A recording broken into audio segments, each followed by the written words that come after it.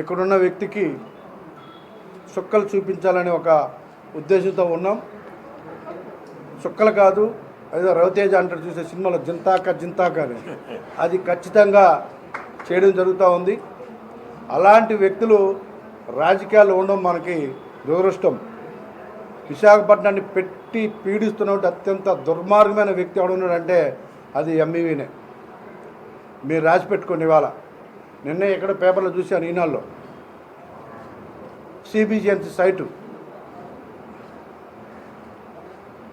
దినకర్ గారికి చెప్తా ఉన్నా, ఆ సైట్ గారి ఓనర్ చాలా మంచి వ్యక్తిని. సార్ మిమ్మల్ని ముంచుతాడు, విశాఖపట్నంలో ఎంతమందిని ముంచాడో మళ్ళీ మిమ్మల్ని ముంచుతాడు, రెడీగా ఉన్నాడు. మీ పేరు చెప్పి మీ సైట్ పేరు చెప్పి కోట్లు అడ్వాన్స్ తీసుకుంటా ఉన్నాడు.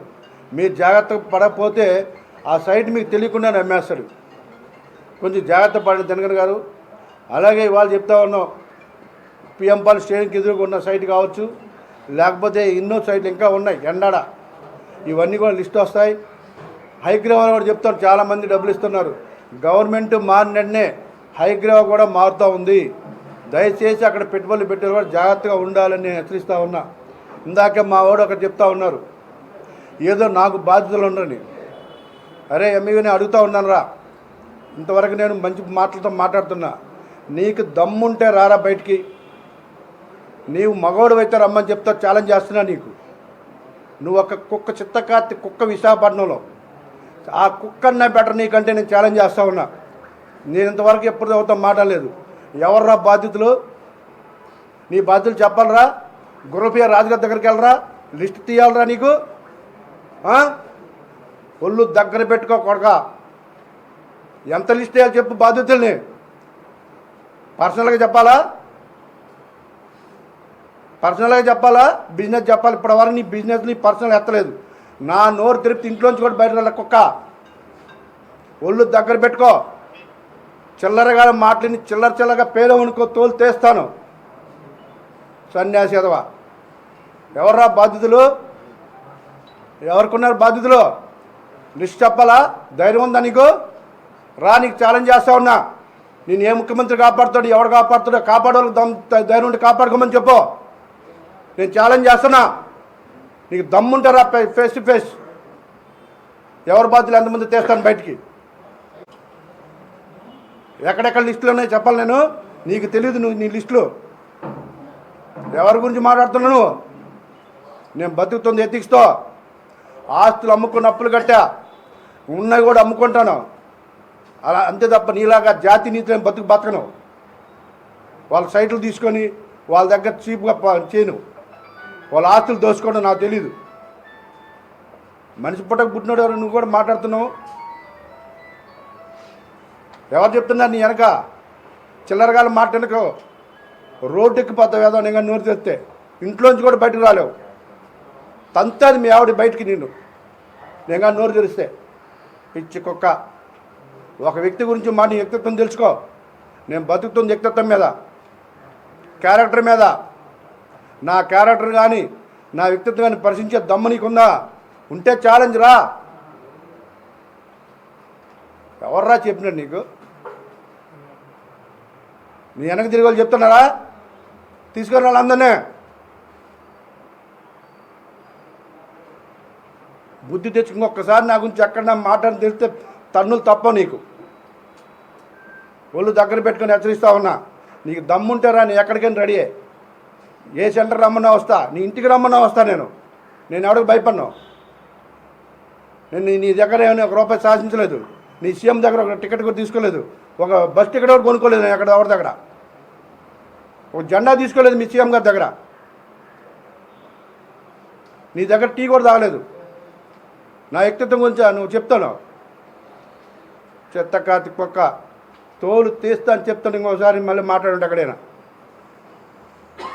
ఇకపోతే ఎవరో అడుగుతూ ఉన్నారు.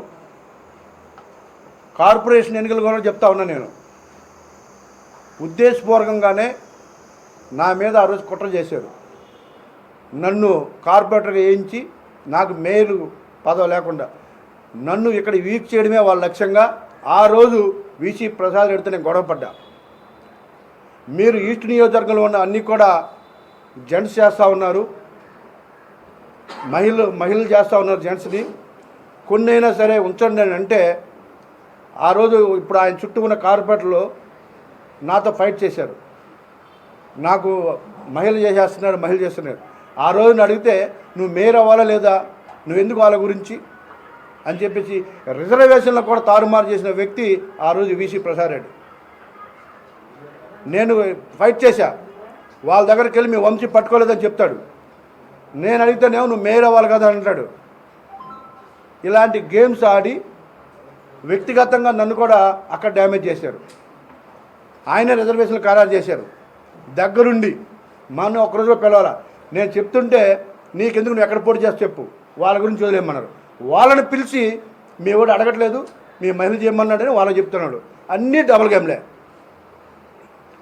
ఛాలెంజ్ చేస్తాను ఆయనకు కూడా, ఫేస్ టు ఫేస్ రమ్మన్నాడు. నేను ఎక్కడికి ఇవి వాళ్ళ బంగ్లాకి రమ్మంటాడా, ఏయూకి రమ్మంటా, ఇంటికి రమ్మంటాడు.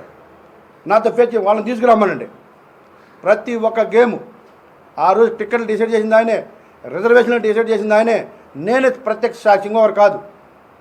ఆయనకు కూడా ఛాలెంజ్ చేస్తూ ఉన్నా, ఇలాంటి చెత్త రాజకీయాలు మానే, దమ్ముంటే ఫేస్ టు ఫేస్ మాట్లాడు. నేను రెడీ, మీ ఇద్దరు రెడీ అయితే ఛాలెంజే. పనికి మాట్లాడి ఎవరి వ్యక్తిత్వాన్ని లేకపోతే ఎవరికన్నా డ్యామేజ్ చేద్దాం, వాళ్ళని ఇబ్బంది పెడదాం, కుట్ర చేయొద్దు. మేము దేనికైనా ఫేస్ చేయాలి రెడీగా ఉన్నా. మీరేదో భయపడితే భయపడడానికి పిల్లి అనుకుంటున్నారేమో. నేను అవన్నీ కూడా పడి వచ్చాను మీ దగ్గర. నేను ఎవరిని టచ్ చేయట్లా. నన్ను ఇలాగ గోకితే మాత్రం ఒక్కొక్కరి ఇంట్లో బయటకు రాలేదు. నేను చెప్తా ఉన్నా, ఒళ్ళు దగ్గర పెట్టుకోండి. ఎవరి గురించి మాట్లాడుతున్నామని మీరు ఒళ్ళు దగ్గర పెట్టుకుండాలని హెచ్చరిస్తూ ఉన్నా. ప్రతి దాంట్లో కూడా నన్ను డ్యామేజ్ చేసి వీసి నాకు ఒకటి చెప్తాడు, వాళ్ళకి ఒకటి చెప్తాడు, నాకు ఒకటి చెప్తాడు, వాళ్ళకి ఒకటి చెప్తాడు. ఆ పార్టీలు అలాగే నేను ఇవాళ బయటకు రాని కారణం చెత్త రాజకీయాల వల్ల బయటకు వచ్చాను. ఇలాంటి ఎదవల వల్ల బయటకు వచ్చాను.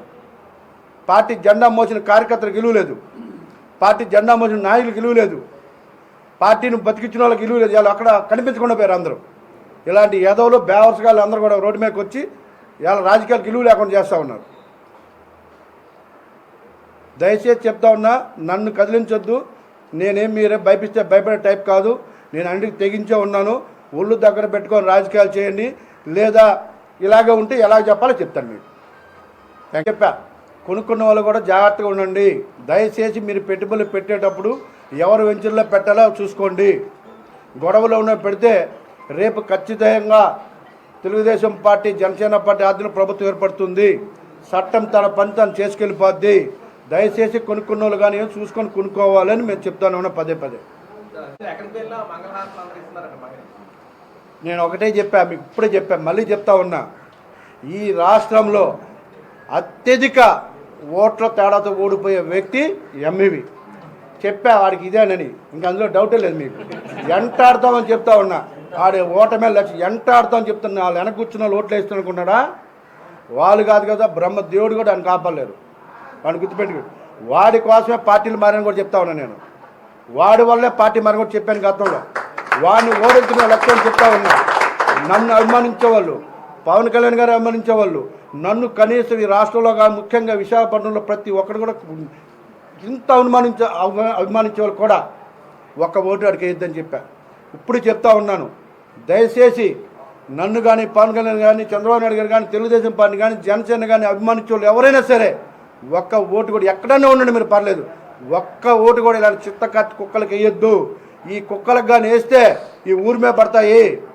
దయచేసి చెప్తా ఉన్నాను, మళ్ళీ చెప్తున్నాను. నేను ప్రతి మాట నా గుండెల్లోంచి వచ్చింది.